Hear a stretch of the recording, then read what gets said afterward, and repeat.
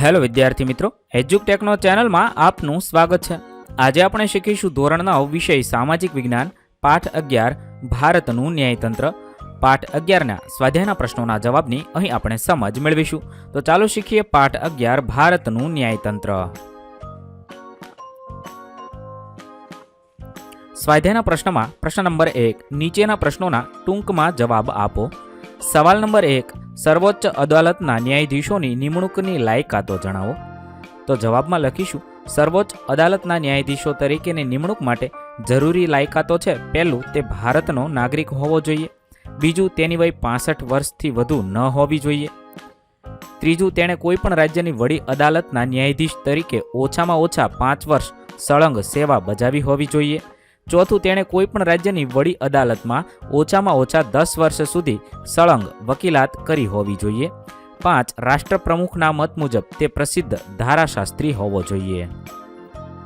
બીજું છે, સર્વોચ્ચ અદાલતની મૂળભૂત ક્ષેત્ર અધિકાર હેઠળની સત્તાઓ જણાવો। સર્વોચ્ચ અદાલત મૂળભૂત ક્ષેત્રાધિકાર તરીકે હેઠળ નીચે પ્રમાણે સત્તાઓ ભોગવે છે। તે સંઘ સરકાર કે સંઘના એક કે તેથી વધુ રાજ્યો વચ્ચેના ઝઘડા કે મતભેદોનો નિકાલ લાવે છે। એક તરફ સંઘ સરકાર તથા એકથી વધારે રાજ્યો અને બીજી તરફ સંઘના એકથી વધુ રાજ્ય હોય તો સર્વોચ્ચ અદાલત તેમની વચ્ચેના મતભેદોનો નિકાલ કરે છે। તે સંઘના 2 થી વધુ રાજ્યો વચ્ચેના મતભેદોનો નિકાલ લાવે છે। તે સંઘ સરકારની કોઈ પણ કાયદાકીય કે બંધારણીય કાયદેસરતાને લગતા તમામ પ્રશ્નો અંગેના ચુકાદા આપે છે। તે નાગરિકોના મૂળભૂત હકોનું રક્ષણ અને જતન કરે છે। મૂળભૂત હકોના ભંગ બદલ તે હાજર હુકમ, મનાઈ હુકમ, અધિકાર ભંગ હુકમ, પ્રતિબંધ હુકમ, કર્તવ્ય હુકમ વગેરે હુકમો કાઢવાની સત્તા ધરાવે છે। સર્વોચ્ચ અદાલતના ચુકાદા આખરી હોય છે, તેને અન્યત્ર પડકારી શકાતા નથી। તે બધા માટે શિરોમાન્ય હોય છે। ત્યારબાદ સવાલ નંબર 3, સર્વોચ્ચ અદાલતના અધિકાર ક્ષેત્ર બહારની વિગત વિશે જણાવો। રાજ્ય વચ્ચેના કે રાજ્યો કે રાજ્યો કે રાજ્ય વચ્ચેના નદીના પાણીની વહેંચણી તેમજ તેના ઉપયોગ બાબતે અંગેના વિવાદો ઉકેલવાની સત્તા સર્વોચ્ચ અદાલતના હકુમત બહાર છે। તે માટે અલગ પાણી ન્યાયપંચ ટ્રિબ્યુનલો ચુકાદા આપે છે। 4, મહાભિયોગની કાર્યવાહી સમજાવો। રાષ્ટ્રપ્રમુખ દ્વારા સર્વોચ્ચ અદાલતના ન્યાયાધીશોને માત્ર સાબિત થયેલી ગેરવર્તણૂક, બિનકાર્યક્ષમતા કે બંધારણીય મર્યાદાઓના ભંગના આધારે મહાભિયોગની કાર્યવાહીથી હોદ્દા પરથી દૂર કરી શકાય છે। સંસદના બંને ગૃહોમાં તેના કુલ તેમજ હાજર રહેલા અને મતદાન કરતા સભ્યોની 2/3 બહુમતીથી પસાર કરેલા ઠરાવને આધારે જ સર્વોચ્ચ અદાલતના ન્યાયાધીશને તેના હોદ્દા પરથી દૂર કરી શકાય છે। આ વિધિને મહાભિયોગની કાર્યવાહી કહે છે। મહાભિયોગની કાર્યવાહી દરમિયાન સંબંધિત ન્યાયાધીશને સંસદમાં હાજર રહીને પોતાના બચાવમાં નિવેદન કરવાની તક આપવામાં આવે છે। 5, ફોજદારી દાવા અંગેની અપીલમાં સર્વોચ્ચ અદાલતની સત્તાઓ વર્ણવો। ફોજદારી દાવા અંગેની અપીલમાં સર્વોચ્ચ અદાલતની સત્તાઓ આ પ્રમાણે છે। ફોજદારી દાવાના ચુકાદામાં રાજ્યની વડી અદાલતે આરોપીને ફાંસીની સજા ફરમાવી હોય અને અપીલ કે પુનર્વિચાર માટે પ્રમાણપત્ર આપ્યું હોય તો તે ચુકાદા વિરુદ્ધ સર્વોચ્ચ અદાલતમાં અપીલ કરી શકાય છે। કોઈપણ રાજ્યની વડી અદાલતમાં ચાલતા મુકદ્દમાને સર્વોચ્ચ અદાલત પોતાની અદાલતમાં તબદીલ કરી શકે છે। 6, વડી અદાલતોના ન્યાયાધીશોની લાયકાતના ધોરણ વર્ણવો। તે ભારતનો નાગરિક હોવો જોઈએ। તેની વય 62 વર્ષથી વધુ ન હોવી જોઈએ। તેણે નીચલી અદાલતોમાં ઓછામાં ઓછા 10 વર્ષ સુધી ન્યાયાધીશ તરીકે કામ કર્યું હોવું જોઈએ। કોઈપણ રાજ્યની વડી અદાલતમાં ઓછામાં ઓછા 10 વર્ષ સુધી વકીલાત કરી હોવી જોઈએ। રાષ્ટ્રપ્રમુખના મત મુજબ તે પ્રસિદ્ધ ધારાશાસ્ત્રી હોવો જોઈએ। સવાલ નંબર 7, તાબા હેઠળની વિવિધ અદાલતો જણાવો। રાજ્યની વડી અદાલત એટલે કે હાઈકોર્ટની હકુમતમાં રહેલી અને તેના અંકુશ નીચે કામ કરતી તાબાની અદાલતોમાં રાજ્યની તમામ જિલ્લા અદાલતો અને તાલુકા અદાલતોનો સમાવેશ થાય છે। દરેક જિલ્લામાં ફોજદારી અને દીવાની અદાલતો હોય છે। ફોજદારી અદાલતોમાં તેની હકુમત નીચે પ્રથમ વર્ગના ન્યાયાધીશ અને દ્વિતીય વર્ગના ન્યાયાધીશની અદાલતો, મામલતદાર અને એક્ઝિક્યુટિવ મેજિસ્ટ્રેટ કોર્ટ હોય છે। આ ઉપરાંત તાબાની અદાલતોમાં fast track court, POTA court, small court, family court, labour court, ટ્રિબ્યુનલો, ખાસ અદાલતો પણ હોય છે। પ્રશ્ન નંબર 2, નીચેના વિધાનો સમજાવો। 1, ન્યાયતંત્ર લોકશાહીની આધારશિલા છે। જવાબમાં લખીશું ભારતીય સમવાયતંત્રી લોકશાહીમાં બંધારણ અને નાગરિકોના મૂળભૂત હકોનું રક્ષણ કરવા તેમજ કેન્દ્ર અને રાજ્ય વચ્ચે અથવા રાજ્ય વચ્ચે સત્તાઓ અને કાર્યક્ષેત્ર અંગે કોઈ ઘર્ષણો ઊભા થાય તો તેનો બંધારણીય ઉકેલ લાવવા માટે સ્વતંત્ર અને નિષ્પક્ષ ન્યાયતંત્રની જોગવાઈ કરવામાં આવી છે. આ ન્યાયતંત્ર કાયદાની કોઈ કલમ કે જોગવાઈની બંધારણીય સુસંગતતા તપાસે છે અને તેનું અર્થઘટન કરે છે. ધારાસભા અને કારોબારી દ્વારા બંધારણીય મર્યાદાઓનું ઉલ્લંઘન ન થાય તેનું ન્યાયતંત્ર ધ્યાન રાખે છે. આમ ભારતનું ન્યાયતંત્ર લોકશાહીની આધારશિલા છે. 2. સર્વોચ્ચ અદાલત બંધારણ અને નાગરિકોના હકોના રક્ષણ વાલી છે. દેશની સરકાર બંધારણ અનુસાર કાર્ય કરે છે કે નહીં તેમજ નાગરિકોના મૂળભૂત હકોનું રક્ષણ થાય છે કે નહીં તે જોવાનું કાર્ય સર્વોચ્ચ અદાલતનું છે. તેથી તે બંધારણ અને નાગરિકોના મૂળભૂત હકોના રક્ષક અથવા વાલી ગણાય છે. 3. વડી અદાલત કડીરૂપ સ્થાન ધરાવે છે. ભારતની સંઘીય શાસન પદ્ધતિમાં સમગ્ર દેશ માટે સળંગ, સુગ્રથિત, એકસૂત્રી અને સ્વતંત્ર પિરામિડ સ્વરૂપનું ન્યાયતંત્ર છે. કેન્દ્ર કક્ષાએ ટોચ પર દેશની સર્વોચ્ચ અદાલત છે, મધ્યમાં વડી અદાલત છે અને પાયામાં જિલ્લા અદાલતો તથા તાબાની અદાલતો છે. વડી અદાલત જિલ્લા અદાલતોની અપીલો સાંભળે છે અને તેના ચુકાદાઓ આપે છે, જ્યારે વડી અદાલતોની અપીલો સર્વોચ્ચ અદાલત સાંભળે છે અને તેના ચુકાદાઓ આપે છે. આમ ભારતના ન્યાયતંત્રમાં વડી અદાલત કડીરૂપ છે. 4. લોક અદાલતો આકર્ષણનું કેન્દ્ર બની છે. કારણ આપો. સ્થાનિક કક્ષાએ સમાજના ગરીબ અને શોષિત લોકોને સરળ રીતે, ઝડપી અને સસ્તો ન્યાય મળે તે હેતુથી લોક અદાલતોનું આયોજન કરવામાં આવ્યું છે. લોક અદાલતોમાં સ્થળ પર જ બંને પક્ષો વચ્ચે સમાધાન કરાવવામાં આવે છે. અહીં બંને પક્ષોનું હિત અને માન જળવાય છે. બંને પક્ષોમાંથી કોઈની જીત કે હાર હોતી નથી. વર્ષોથી વિલંબમાં પડેલા કેસોનો ઝડપી અને બિનખર્ચાળ નિકાલ થાય છે. વળી લોક અદાલતોના ચુકાદાઓને કાનૂની પીઠબળ પૂરું પાડવામાં આવ્યું છે. આ બધા કારણોસર લોક અદાલતો આકર્ષણનું કેન્દ્ર બની છે. 5. ધારાસભા અને કારોબારી બે જવાબદાર બને ત્યારે ન્યાયતંત્રની સક્રિયતા આશીર્વાદરૂપ બને છે. કેટલીક વાર ધારાસભા બહુમતી સંખ્યાના જોરે આપખુદ બનીને જનકલ્યાણને અવરોધે એવો કાયદો બનાવે અને કારોબારી તેનો અમલ કરે ત્યારે ન્યાયતંત્રમાં તેને પડકારવામાં આવે છે. એ સમયે ન્યાયતંત્ર કાયદાની બંધારણીય સુસંગતતા તપાસે છે. જો તે ગેરબંધારણીય હોય તો તે તેને રદબાતલ કરે છે. આમ ન્યાયતંત્ર નિષ્પક્ષ અને નિર્ભય રીતે ન્યાય આપી પોતાની સક્રિયતા દાખવે છે. આથી એમ કહી શકાય કે ધારાસભા અને કારોબારી બે જવાબદાર બને ત્યારે ન્યાયતંત્રની સક્રિયતા આશીર્વાદરૂપ બને છે. 6. સર્વોચ્ચ અદાલત નજીરી અદાલત ગણાય છે. સર્વોચ્ચ અદાલતના ચુકાદાઓ અને નિર્ણયો કાયમી દસ્તાવેજો ગણાય છે.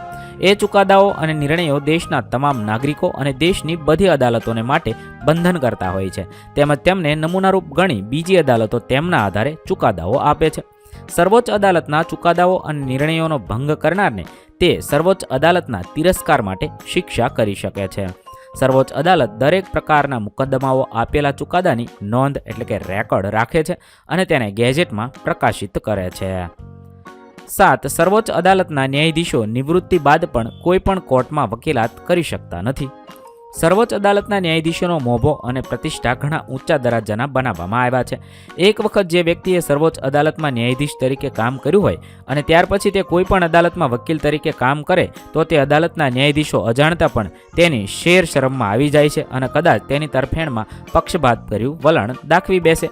આથી બંધારણમાં કરેલ જોગવાઈ પ્રમાણે સર્વોચ્ચ અદાલતના ન્યાયાધીશો નિવૃત્તિ બાદ પણ કોઈ પણ કોર્ટમાં વકીલાત કરી શકતા નથી. પ્રશ્ન નંબર 3 ટૂંકો નોંધ લખો. ન્યાયતંત્રની સ્વતંત્રતા.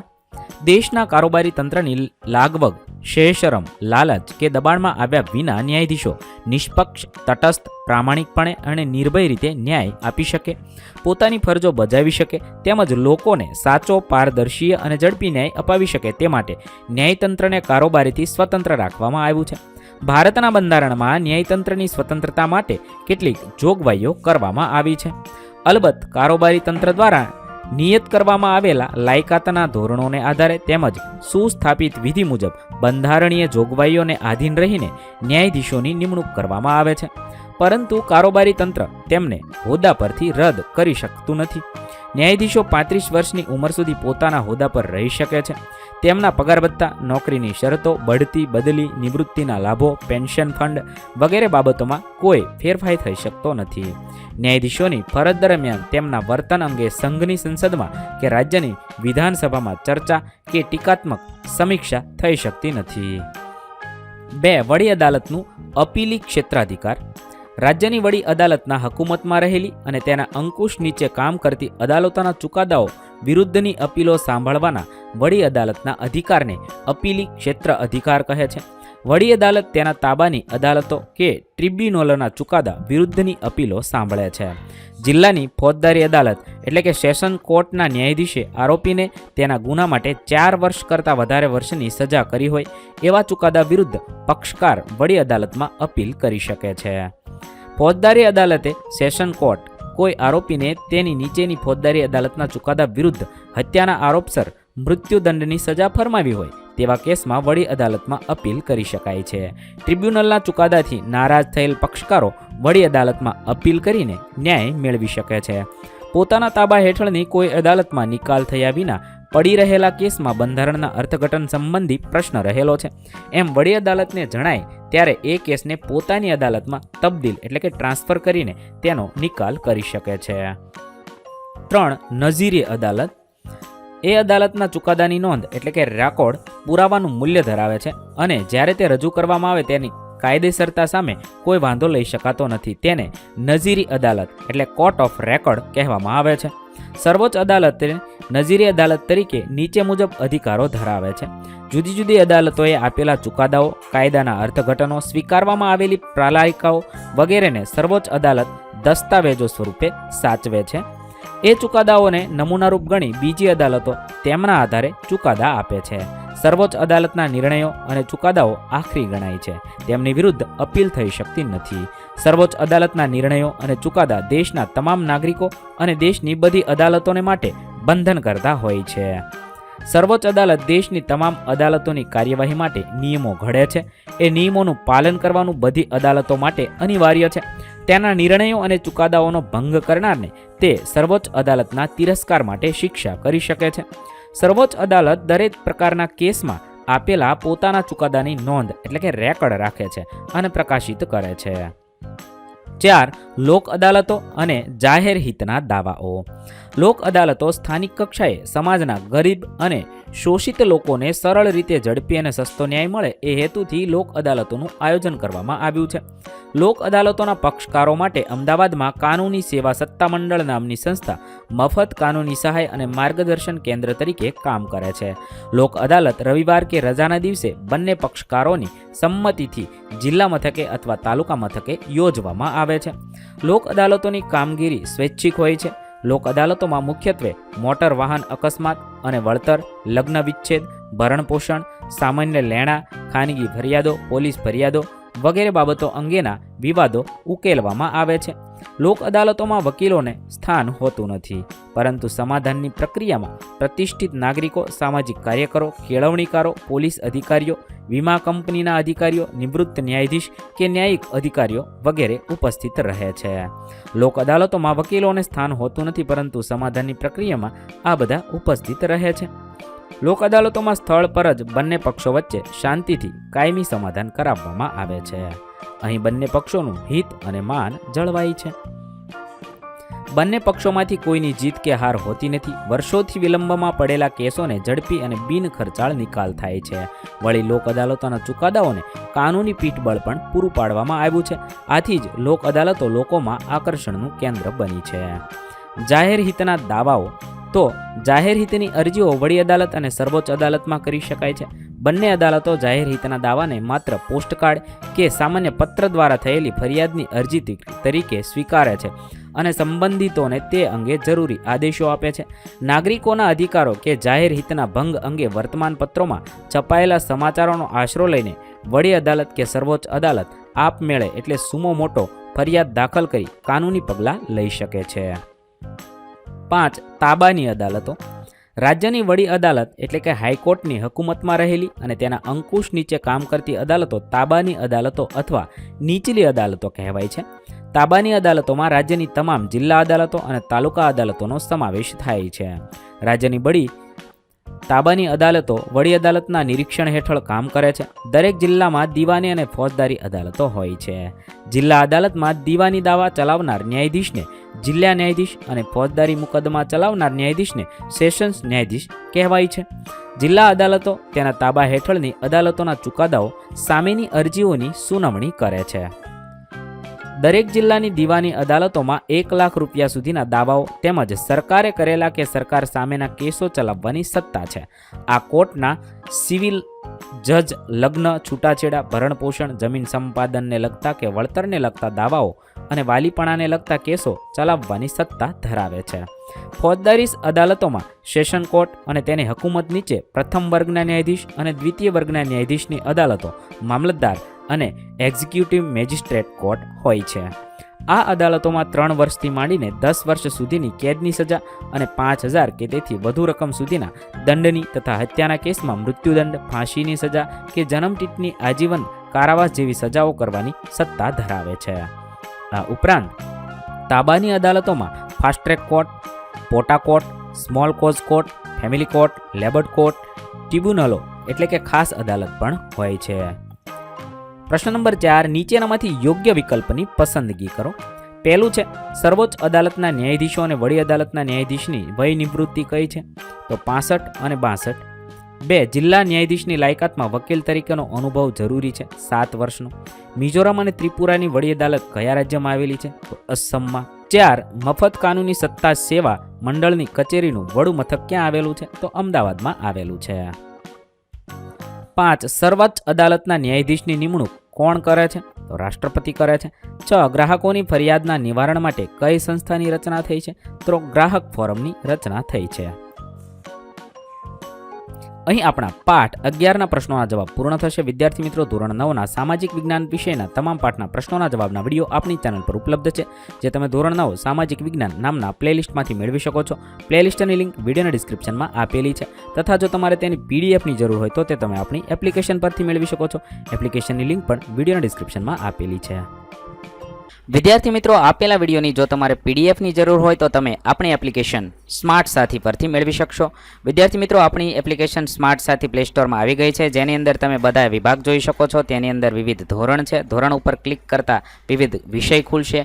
વિષય ઉપર ક્લિક કરતાં તેની અંદર આવતા પાઠ ખુલશે. તેની અંદરથી તમે પાઠ્યપુસ્તક પણ ડાઉનલોડ કરી શકો છો. તેની અંદર આપેલા પાઠમાં ક્લિક કરતાં તમે પાઠની પીડીએફ, સ્વાધ્યાયની પીડીએફ, સ્વાધ્યાયન પોથીની પીડીએફ, પાઠના વિવિધ વિડીયોઝ, સ્વાધ્યાયના વિડીયોઝ, સ્વાધ્યાયન પોથીના વિડીયોઝ બધું જોઈ શકો છો અને ડાઉનલોડ પણ માત્ર એક ક્લિકમાં કરી શકો છો. વિદ્યાર્થી મિત્રો, આપણી એપને સપોર્ટ કરજો, ડાઉનલોડ કરજો.